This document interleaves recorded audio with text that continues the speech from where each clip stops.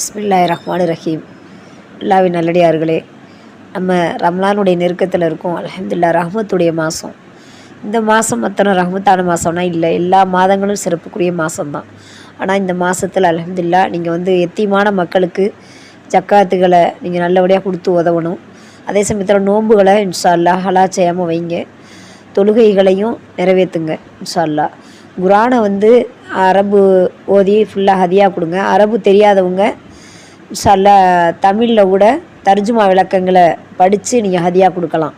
ஆனால் குரான் ஓதாமல் மாத்திரம் இருந்துடாதீங்க. இது ரஹ்மத்தான மாதத்தில் வந்த குரான் ஒவ்வொன்றும் சாட்சி சொல்லும். நம்ம உடல் உறுப்புகள் நம்ம என்ன செஞ்சுக்கிட்டு இருக்கோன்னு சாட்சி சொல்லுதில்ல, அதே போல் குரானும் பேசும். அதே போல் தொழுகை வக்து டைம் அதுவுமே பேசும்.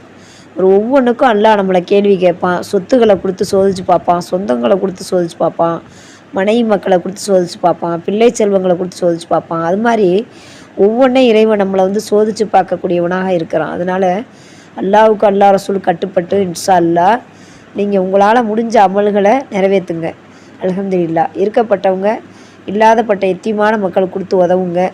நம்ம எல்லோரும் ஒத்துமையாக வாழணும், துவா செய்யுங்க. இந்த ரமலானில் நீங்கள் கேட்கக்கூடிய முக்கியமான மெயினான துவா அதாக தான் நம்ம இருக்கிறோம். இன்ஷா அல்லாஹ் நம்ம உலக மக்களும் நம்மளும் நம்ம சொந்தங்களும் உடன் பிறந்தவர்களும் நம்ம பிள்ளை செல்வங்களும் பின்வரும் சந்ததி வரை கேட்டு வச்சுக்கோங்க இன்ஷா அல்லாஹ். அதுதான் நம்ம இந்த ரமலானில் மெயினாக கேட்கணும். ஏன்னா நம்ம அந்த விஷயத்தில் தான் கவலையானவங்களாக எல்லோரும் இருக்கிறோம்.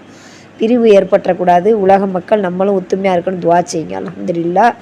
இன்ஷா அல்லாஹ் இந்த ரமலானை சந்தோஷமாக நிறைவாக கொண்டு போங்க. எல்லாருக்காகவும் நான் துவா செய்கிறேன். நம்மளுக்காக நீங்கள் துவா செய்யுங்க. அஸ்ஸலாமு அலைக்கும் வரஹ்மத்துல்லாஹி வபரகாத்துஹு. இணைந்திருங்கள் நூருல் இஸ்லாம் சேனலுடன். இன்ஷா அல்லாஹ் தொடரும்.